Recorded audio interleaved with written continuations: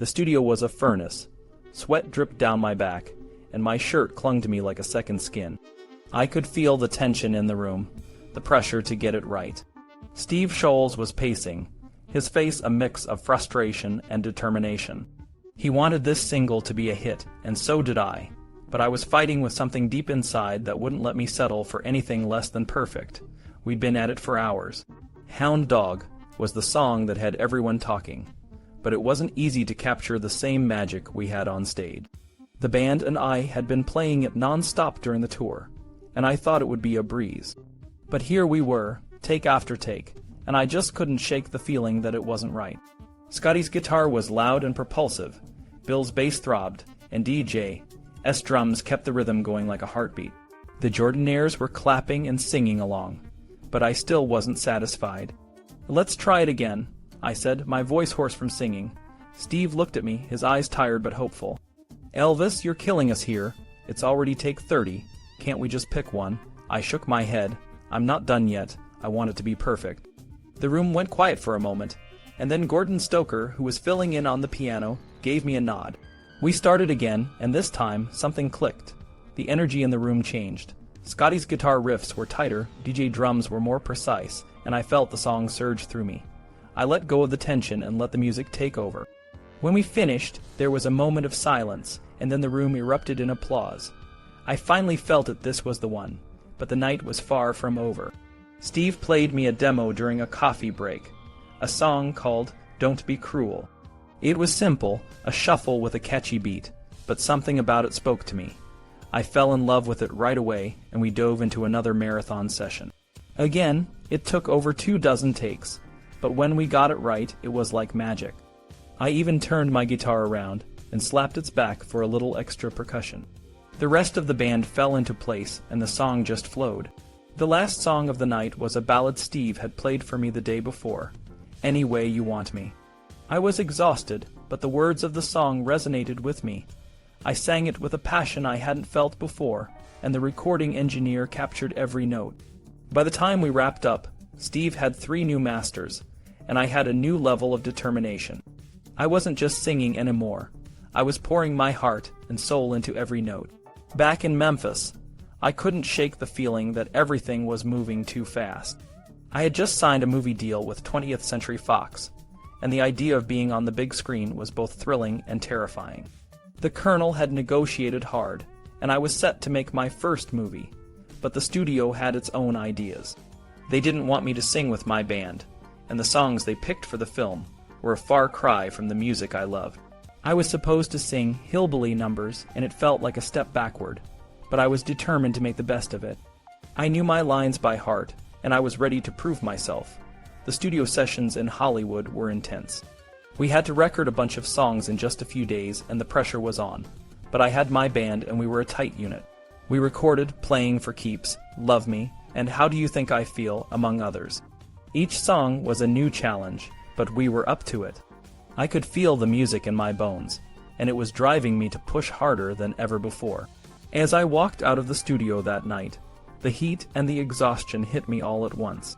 But there was a fire inside me that wouldn't be extinguished. I was Elvis Presley, and I was just getting started.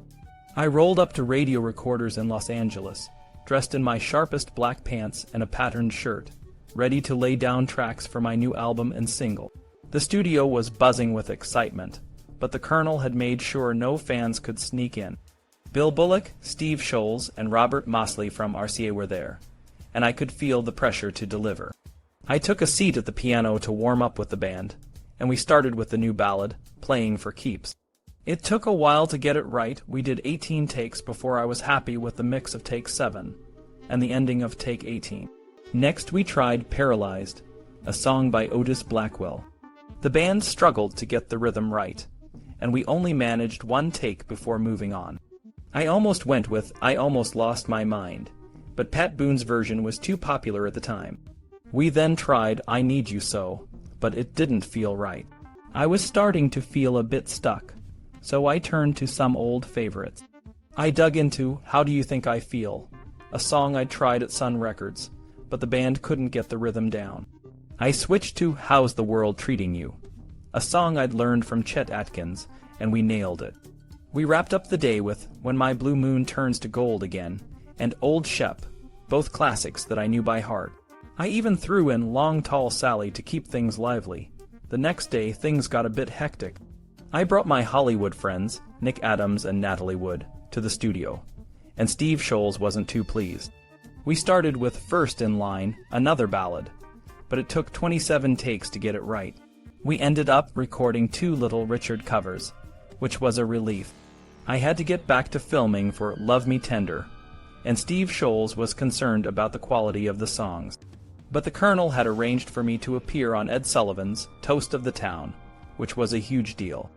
Don't Be Cruel had just hit #1, and we were planning to release Love Me Tender with Any Way You Want Me as a single.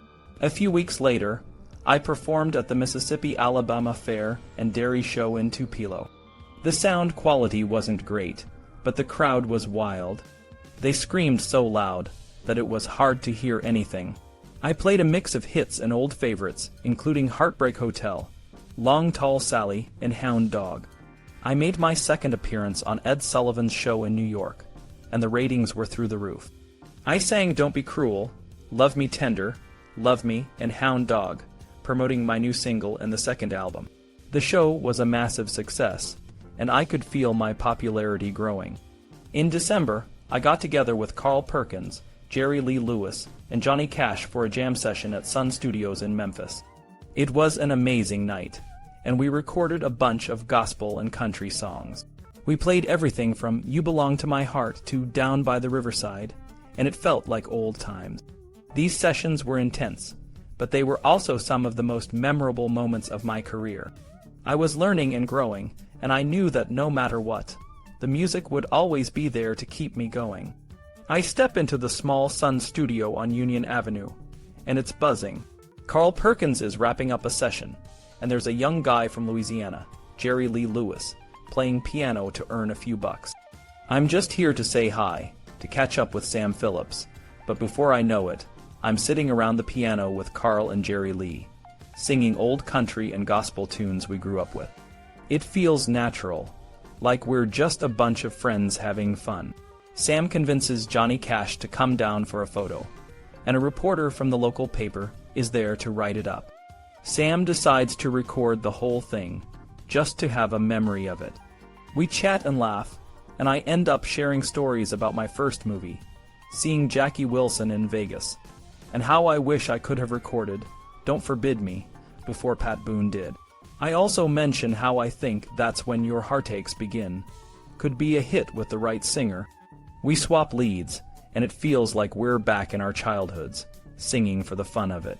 It's exactly how I like my recording sessions, just a group of friends jamming together.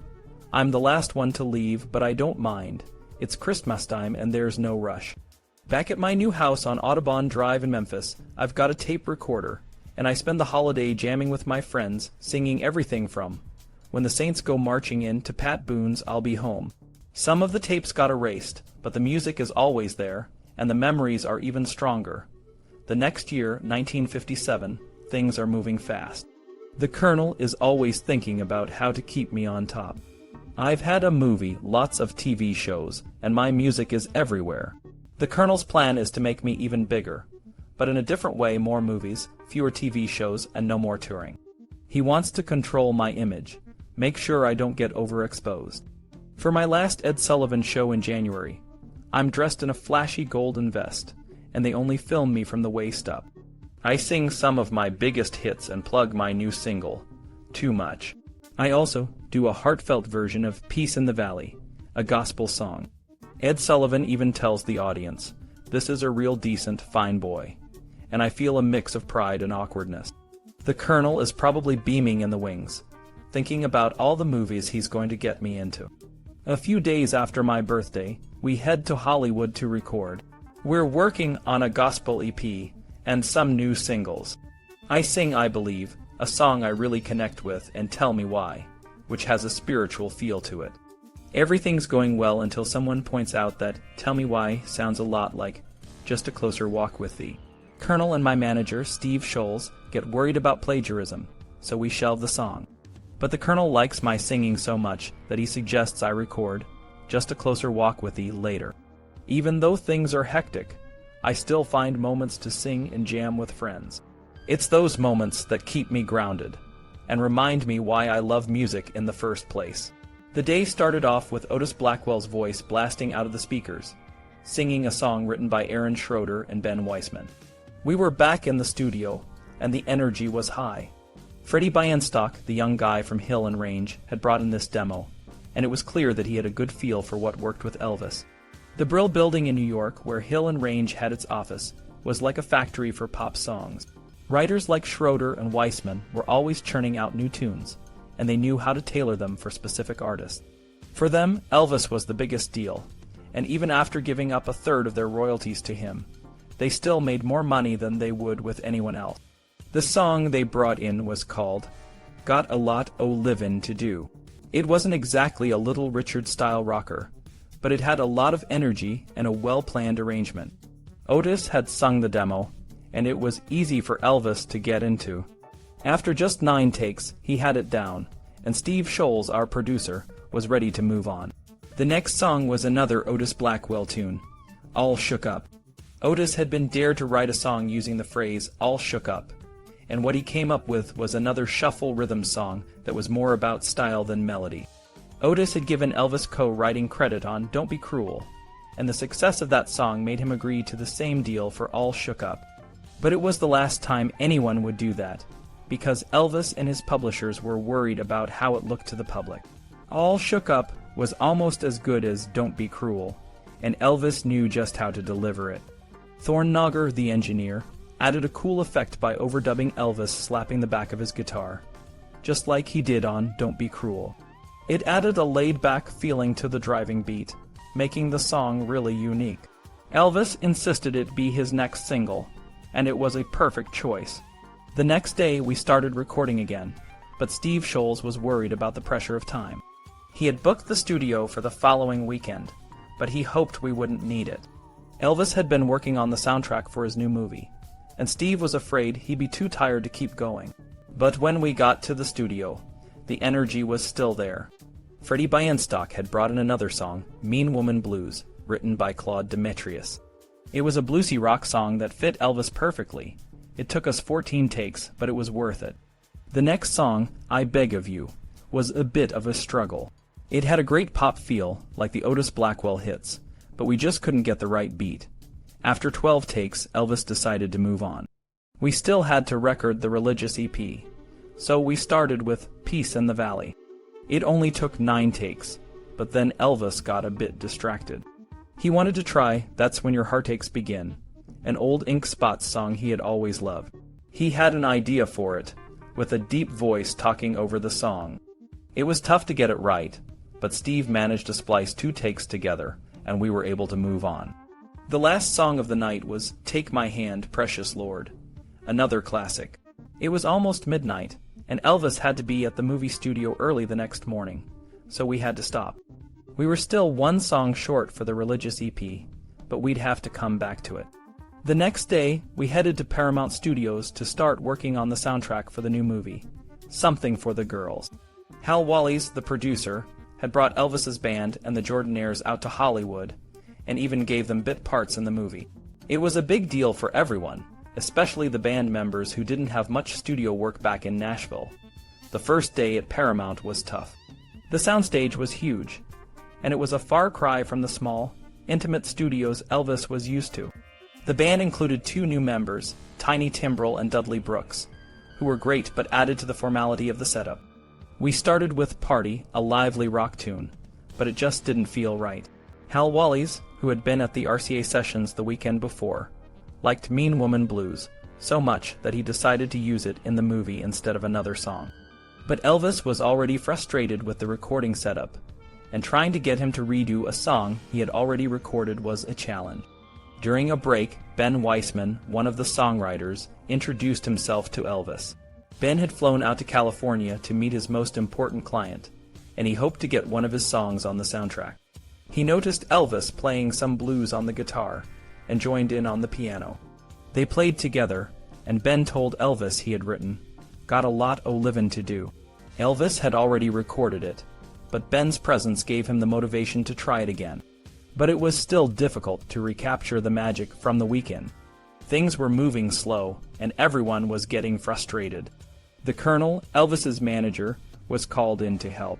He rearranged the schedule to give the band time to record some of the instrumental parts, which gave Elvis a break. It helped a little, and we were able to keep going, even if it was at a snail's pace. The sessions were challenging, but we knew that with Elvis, the end result would be worth it. I remember those days when we were trying to record songs for the movie, Loving You. We'd been at it for a while, and things weren't going as smoothly as we hoped. We were all a bit tired, and it showed in the music. One of the big songs we were working on was Loving You, written by Leiber and Stoller. We had to record different versions for different scenes in the movie Farmyard, romantic ending, and the opening credits. But no matter how many times we tried, it just didn't sound right. The band was struggling, and even I felt a bit flat. It was frustrating, and we knew we needed to do better. Hal Wallis, the producer of the movie, asked for more songs. We tried covering Fats Domino's Blueberry Hill and Smiley Lewis's One Night of Sin. These were great New Orleans R&B songs, and I loved them, but the band had a hard time getting the right feel. We spent a lot of time on these, but we never got a final version we were happy with. We also tried a quick, fun rock song called Hot Dog, but it took us 17 takes to get it right. Then we did another version of Got a Lot o' Livin' to Do, which took 13 takes. It was starting to feel like a crisis, and we were running out of time. The next day, we went to Radio Recorders to finish the Religious EP. We recorded It Is No Secret What God Can Do, and a few other songs. The EP was important, but it didn't have the up-tempo gospel songs I loved. We finished it quickly, but then we had to go back to the New Orleans songs. We tried Blueberry Hill again, but it still didn't feel right. One Night of Sin was even trickier because of the lyrics. The Colonel and RCA were worried about the words, so we had to rewrite them. It took a lot of work, but I was determined to make it happen. We also recorded some country songs, but they didn't turn out as well as we hoped. One of the few we liked was Have I Told You Lately That I Love You, but it took a lot of takes to get it right. We finished the day with Is It So Strange, which went better than the others. It reminded me of some of my earlier ballads. The next day, we went back to Paramount to fix the problems from the previous week.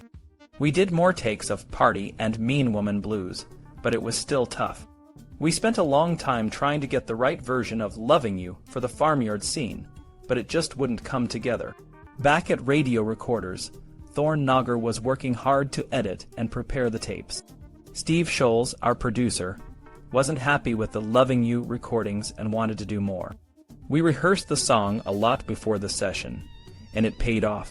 We finally got a good version of the up-tempo title, Song and Another for the farmyard scene. But Steve still wasn't sure it was good enough for a single. We had a few more sessions where we recorded Don't Leave Me Now, I Beg of You, and One Night. The new lyrics for One Night worked well, and I really connected with the song. We also did Cole Porter's True Love and Ivory Joe Hunter's I Need You So. The last song we did was When It Rains It Really Pours, which I had been working on for a while. After all that, we finally had enough songs for the Loving You soundtrack and some extra material for future releases. The album and singles were a big success, and everyone was happy. I went back to Memphis for a bit, and I bought a new home called Graceland for my family. It was a busy time, but it was all worth it. I was busy making new plans for Elvis. The Paramount contract let Elvis do one movie outside of Paramount every year, so I negotiated a deal with MGM. I wanted to avoid the chaos we had with the soundtrack and RCA recordings overlapping, so I made sure all the movie music would be recorded separately this time. I also created a better schedule for Elvis, because we learned from Loving You that too much work in too little time wasn't good for him or the band. I even demanded that all the recording be done at Radio Recorders, because Elvis was a big star now and deserved to make some demands. All the songs for the new movie, which was about a young singer who faces hardship and even goes to jail, had to be owned by Elvis's publishing companies. I sent scripts to our main songwriters, telling them where the songs were needed. Jerry Leiber and Mike Stoller, who did a great job on the last movie, were tasked with writing 4 songs. I locked them in a room in New York and told them not to come out until they had the songs. Sid Tepper and Roy Bennett, who wrote Lonesome Cowboy, also wrote 3 songs. Aaron Schroeder and Josephine Peebles wrote That Ain't Right, and McCoy and Owens wrote Don't Be Afraid. We got approval from MGM and RCA, but the final decision was Elvis's and mine. By mid-April, MGM liked 3 songs, I Want to Be Free and Treat Me Nice by Labor and Stoller, and Young and Beautiful by Silver and Schroeder. I was a bit worried about Young and Beautiful because it reminded me of Love Me Tender and Loving You, which Elvis didn't enjoy singing. But I told the Colonel it was beautiful and would work well in the film. Tepper and Bennett didn't get any of their songs picked, but they did get One More Day into the script, sung by Elvis's roommate. Labor and Stoller had 2 songs chosen, but they also wrote Jailhouse Rock, which became a big deal. This song led to more involvement from Labor and Stoller in the movie. We started recording at Radio Recorders on April 30th. Elvis and his friends, including George Klein, arrived the night before. Jerry and Mike were skeptical at first, but Elvis's knowledge of R&B and his work ethic won them over. Jailhouse Rock was the standout, and we also worked on Treat Me Nice and Young and Beautiful. Elvis had trouble with the mature version of Young and Beautiful, but he nailed the younger, insecure parts. The next day, we worked on I Want to Be Free. Elvis was more interested in singing gospel with the Jordanaires, which made MGM Jeff Alexander frustrated. Elvis got so mad that he walked out. While he was gone, Labor and Stoller worked on the arrangements. When Elvis came back, we finished I Want to Be Free and Treat Me Nice. But Bill Black had trouble with the bass on Baby I Don't Care, so he stormed out. Elvis picked up the bass and played it himself, and we nailed the song. We tried to improve Don't Leave Me Now, which we had recorded earlier. We worked on it for a few more hours and called it a day. The session was a big success, and Jailhouse Rock and Treat Me Nice were going to be the single. Meanwhile, Steve Scholes at RCA was frustrated. The Colonel was more focused on movies and promotion than on RCA releases. Steve hadn't even heard the Jailhouse Rock tapes by early June, and the Colonel told him there wouldn't be a Jailhouse Rock album for Christmas. The Colonel also wouldn't consider another single until Jailhouse Rock, and Elvis was scrapping One Night, despite demand for it after his tour. Steve and the Colonel argued about releasing Is It So Strange, because Farron Young hadn't agreed to give up his writer's share. Steve had to deal with a lot of tension, and he often had to be the one to make peace. RCA had to rush to coordinate the release of the Loving You soundtrack album, and the single Teddy Bear, Loving You. The Colonel wouldn't consider another single until Jailhouse Rock, and Steve only had One Night ready, which was now off the table.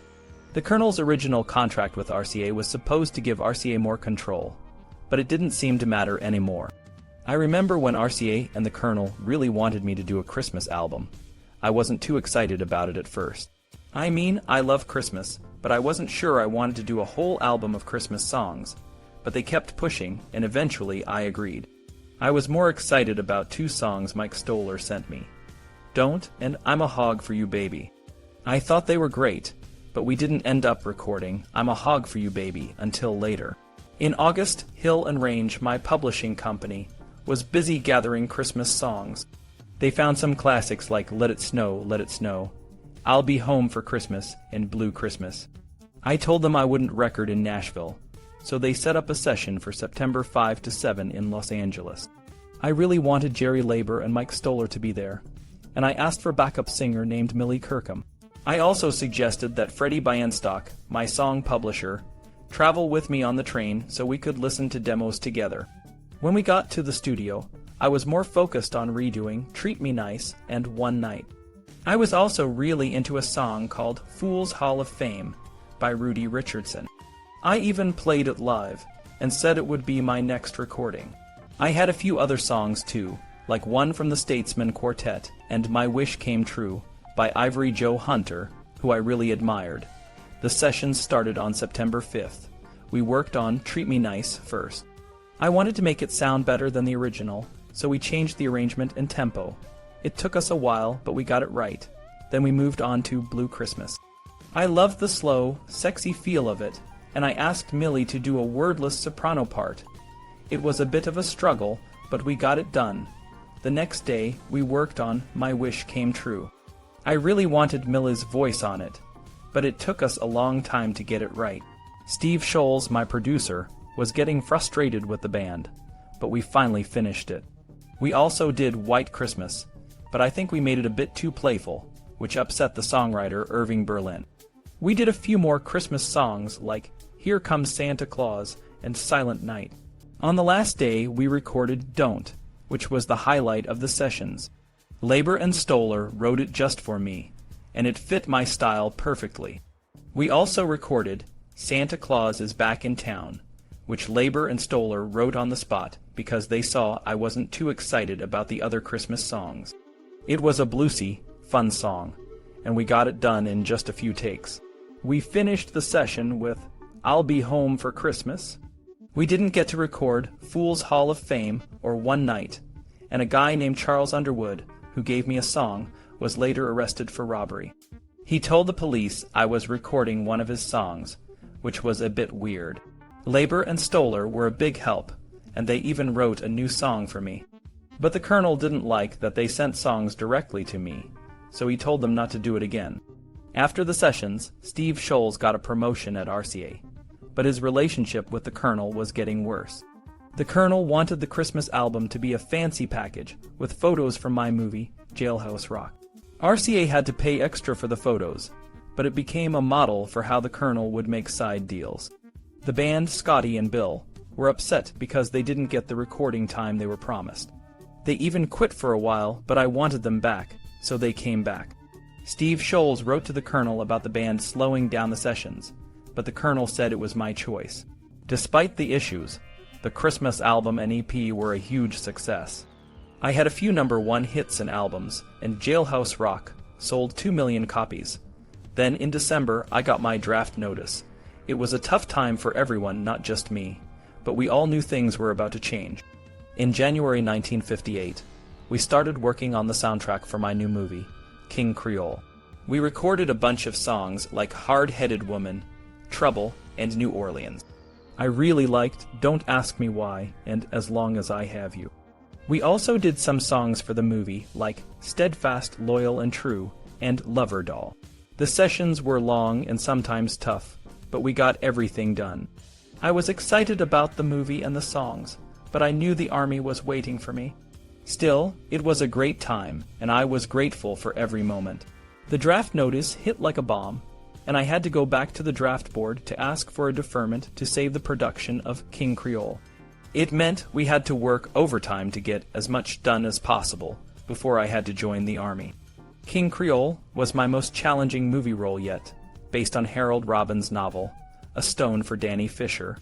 It was a serious and dark story about a young singer trying to make it in the nightclubs of New Orleans. The movie offered a chance to work with the famous director Michael Curtiz, who directed Casablanca, and to act alongside talented actors like Carolyn Jones, Walter Matthau, and Dean Jagger. The music was a big part of the story, and I was excited to explore the roots of New Orleans R&B, which had always been a big influence on me. The first day of recording was intense. We started with Hard-Headed Woman, a song that captured the spirit of New Orleans while keeping the rock and roll feel. It was a hit from the start, but Trouble, written by Labor and Stoller, really stood out. It was a Muddy Waters-style blues, perfect for the character of Danny Fisher. Labor and Stoller were busy, but came by to help with the arrangements, and their presence made a difference. The next day we worked on ballads, which had become as much a part of my music as rock and roll. We recorded Dixieland Rock, As Long as I Have You, and Don't Ask Me Why. King Creole was the most challenging, with its fast pace and complex rhythms.